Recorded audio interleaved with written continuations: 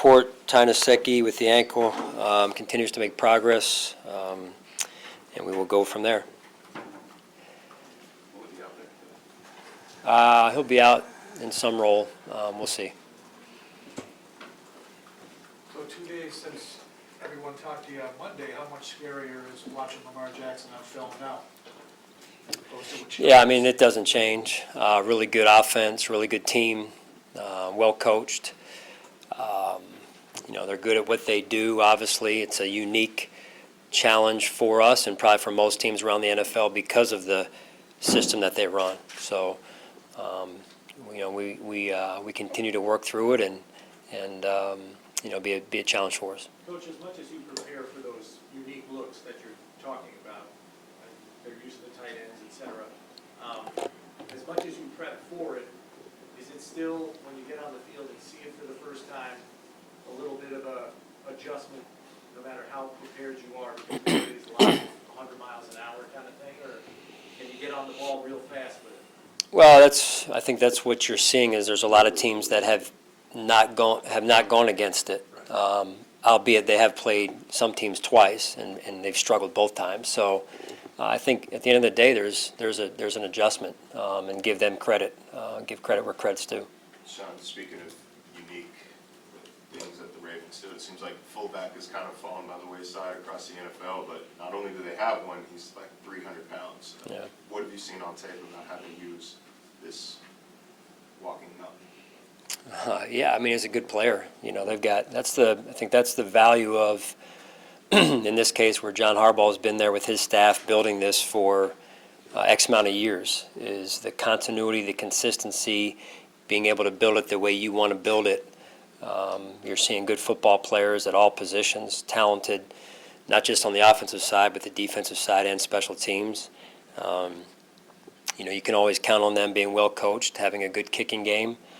Just being around John in Philadelphia like I was, they're a motivated football team week to week because of his leadership, and they're a physical football team because of his leadership as well. Sean, a lot's changed from the beginning of last season when you faced these guys there.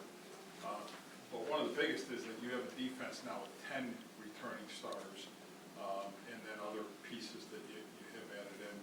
Do you feel that overall this is just a better equipped defense to handle what comes its way? Just the amount of progress it's made from the beginning of last year to now. Yeah, I would say so. Just overall, I mean, we've been through some things as a team. We've been through some things, to your point, defensively. We've got a good group of guys that work hard, smart players, tough players, and they are every week. They're what I've found at least, and I'm sure the coaches would echo my feelings, is these guys put all they have into every week from a preparation standpoint, regardless of the opponent, and a lot can be said for that. John, what do you think in the last game of 40 against the Browns back in Week 4? Really, since then they've been one of the best defenses in the league. What do you see that has made them be so stingy on defense these last 7-8 weeks? Yeah, overall, again, I think that as the season unfolds, you find your stride, you find your identity, and so when you go through things, right, as we've talked about in here quite a bit. So they've made adjustments. Again, they're well coached. They trade for Marcus Peters, so they continued to add to what they have, and then I think that's helped them. You talked about the importance of building up front on both sides of the ball with their offensive line and their running game, and how impressive is that on film? Yeah, I mean, that's they do a really good job of that. That's the physical part of one of the physical pieces of their team, and controlling the line of scrimmage, trying to control the line of scrimmage, offensive line, defensive line. So and that's that third phase of the special teams cannot be ignored because, I mean, that's in John's wheelhouse and is one of his biggest strengths. Coach, with respect to your offense, I think a lot of people are of the opinion there's been a certain gelling and stride that it's hit here in the last month. What area have you seen maybe the greatest maturation of a group that had 9 new players in their starting 11 at the beginning of the year? Yeah, I mean, just overall, players understanding their roles and what they're being counted on each play in terms of doing their 1/11th, really. And then within that, finding the leaders within that unit, in this case the offense, of the guys that are counted on to lead vocally, the guys that are counted on to lead by example. And I think that usually, as the season trends, you figure your team out in terms of what you got in the different roles and everybody doing their 1/11th. Sean, what are your feelings on Ron Rivera losing his job? What did he mean to you? What did you learn from him about leadership? Yeah, just unfortunate to see. I learned a lot from Coach Rivera, and leadership-wise, football-wise, off the field-wise. He did a lot of good things, I thought, in Carolina, some of which I was there for, and had a front row seat to experience, and went to a Super Bowl, multiple division titles there in the NFC South, which was not an easy division by any means. A lot of good quarterbacks in that division. So I thought Ron really did a fine job, and I mean that with the highest praise possible. When I say fine, I'm saying he did a heck of a job, I thought. And I'm sorry to see that happen, but I know God has a plan for him, and he's going to be just fine. What did you take from that, from your time working with him there, in terms of your own development as a head coach? Well, I thought one of the best things that Coach Rivera did was, he was always out amongst the people. He did not lead as much from behind the desk as he did from out in front. He's a people person, and when we talk about relationships and leadership, when you talk about leadership, it really comes down to relationships and people, and I thought Ron did a fantastic job with that. I know everything's happened pretty quickly, but have you had a chance to speak with him at all? We communicated via text, but I wanted to give him the privacy he so deserved right now. So. Sean, there's going to be a lot of comparisons between Lamar Jackson and Josh Allen, given the fact that they're part of that same draft class. What did you see in Josh? And there was a perception back at the time that you wanted more of a pocket passer after moving on from Tyrod. Is that a fair assessment that maybe that's why this team preferred Josh over a guy like Lamar? Well, let me start with Lamar, and then I'll move on to our quarterback. Lamar's we spent some time with Lamar, went through the process with him as well, and like I said the other day, he was a fantastic player then, and he remains a fantastic player. Great young man, at least in our interactions with him. It wasn't so much about that as it was, we wanted Josh Allen and everything that Josh Allen brought to Buffalo, and so that was the right fit for us. So no disrespect at all. It's obviously the Ravens got a fantastic player, and credit goes to them, and we feel good about where Josh is. In some ways, are we seeing the future of the NFL with quarterbacks that are with the mobility that we've seen Patrick Mahomes, Deshaun, Josh, and Lamar? I think that remains to be seen. I mean, it is an exciting time, I would say, around the NFL because of such young, dynamic playmakers like Lamar, like Josh, Mahomes. I mean, the list goes on, whether it's quarterback position or other positions. So it's an exciting time to be around the NFL. Sean, I know you don't like to talk about things that are more than just the game ahead, but what is the mood around your team right now, given the fact that for the first time since you've been here, you guys are really in the driver's seat for a playoff spot and not just, worrying about scoreboard watching, getting help from other teams, things like that? Yeah, I mean, our guys are really, and this comes back to the veteran leadership. They're very focused on the Ravens and this game. Quite honestly, this is such a good team we're playing in all three phases that we don't have. With all due respect to that, we don't have the time nor the margin for error, if you will, to focus in any other area right now than the Ravens. Sean, Robert Foster saw an uptick in snaps last week.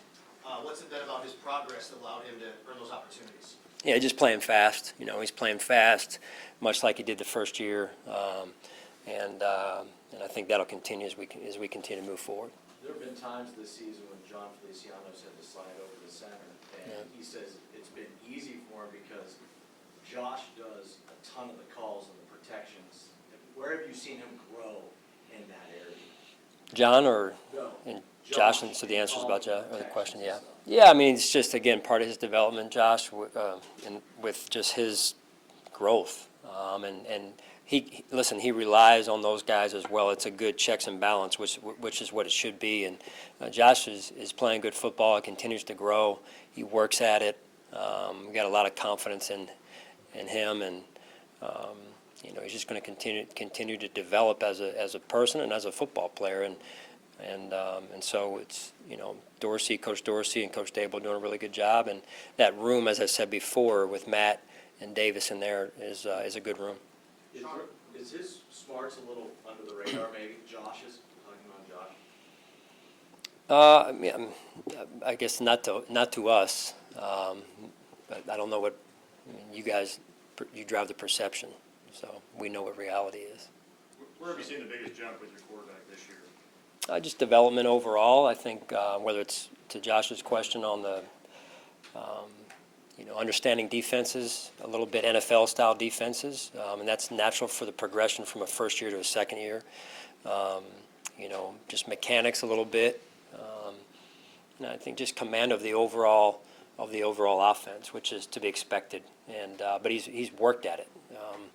Those guys that come in and they expect their second year just to be better just because it's their second year. Josh Allen works his tail off. Sean, what sort of change did you see out of Ed Oliver after Jordan went into the starting lineup? I think just overall, Ed has displayed that he's about the team, and that's what we want. That's who we are. That's part of our culture. And that said, though, he has not.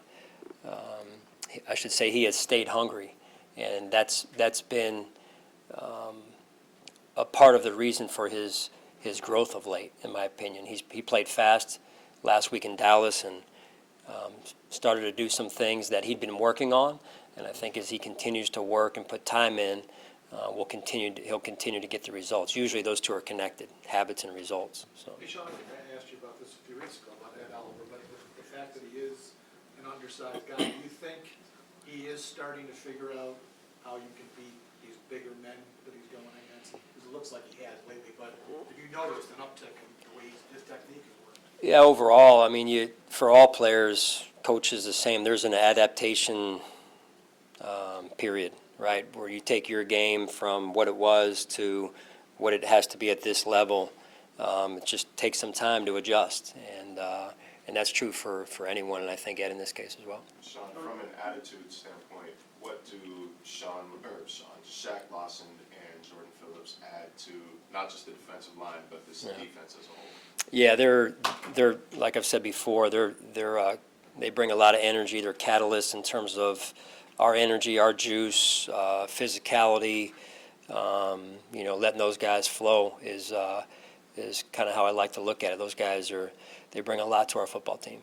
Sean, from last one, guys, talking about perception, like from an outside perspective, the way you performed on Thanksgiving Day as a team, you guys looked very comfortable on a national stage type game.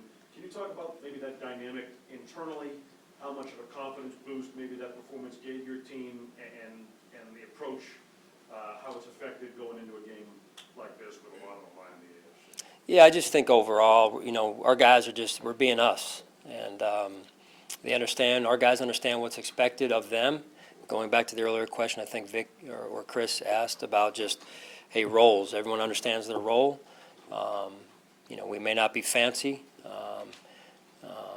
but we believe in what we do, and I think the guys, when you do that and you give them great clarity, there's a lot of power in that, and that was our message, and it'll continue to be our message of let's do what we do. Okay. All right. Thanks, guys.